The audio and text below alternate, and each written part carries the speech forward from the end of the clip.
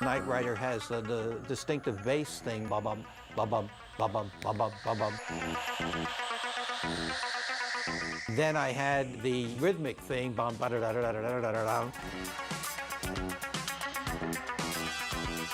Then I had the melody, bum, ba-da-dum, bum, ba-da-dum. A lot of people had no idea who did that or what I did. Now people know.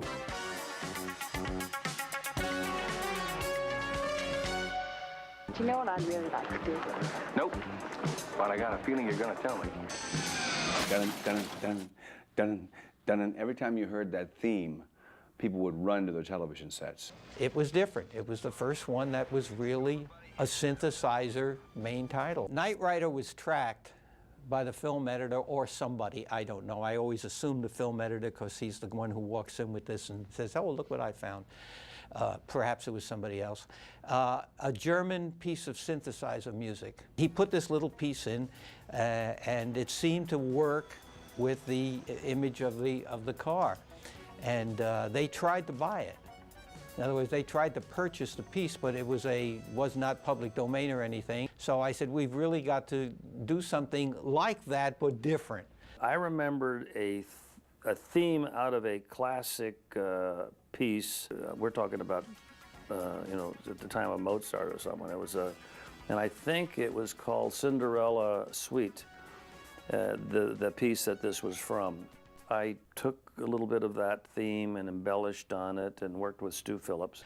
And Glenn sat with me. We sat in an office down in Universal, with the little piano there, and we talked over a whole bunch of ideas of how to do it.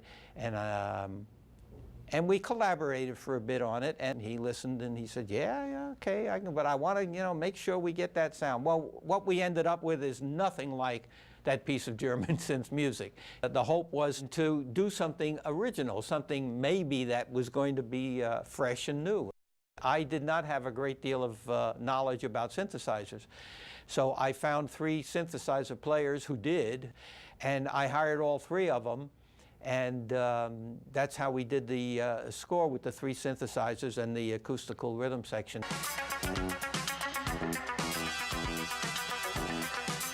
It was a new thing on television at that point, having a main title that ran over a minute. I mean, generally, main titles were a lot shorter. Networks are very superstitious about themes. If it brings people out of the kitchen into the den to watch the television, that's what they want. And in this particular case, the minute you could not miss the opening bars of that theme.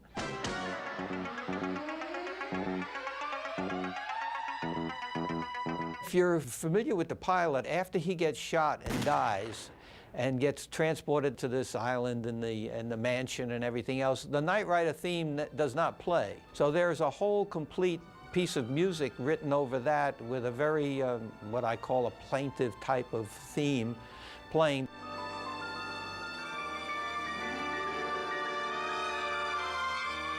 That theme was written to show his troubled past and the tragedy that had just happened and everything else. I never played the Knight Rider theme until the car is actually uncovered. I recognize the more rudimentary controls such as the accelerator, Devin. I do know how to drive. I am among a rare few that actually make attempts to use the theme throughout the show. I always try to have various elements. I can draw from little things from the theme. So there were 1, 2, 3, 4 distinct elements of that theme that I could use anywhere in the thing.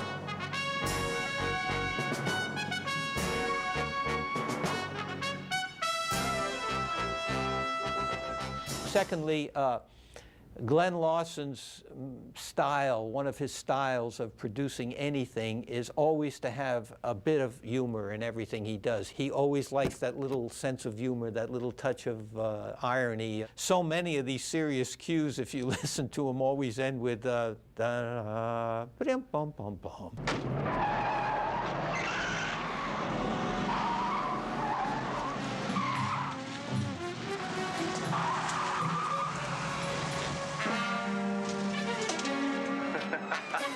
As popular as the show was, and as popular as the theme was, there was never anything done to promote the theme. Until 20 some odd years later, now all of a sudden everybody wants to do this. There are 3 hit rap records that were out. The latest one was an Indian Punjabi MC and Jay-Z of Knight Rider, plus Busta Rhymes and Timbaland and Magoo. Those are almost 4 or 5 years ago, but all of those were hits.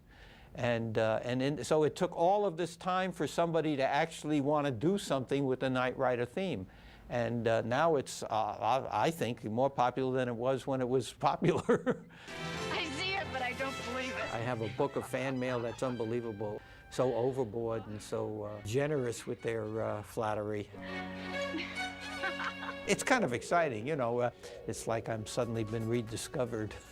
And I guess that comes from keeping a low profile most of your career. One man can make a difference, Michael.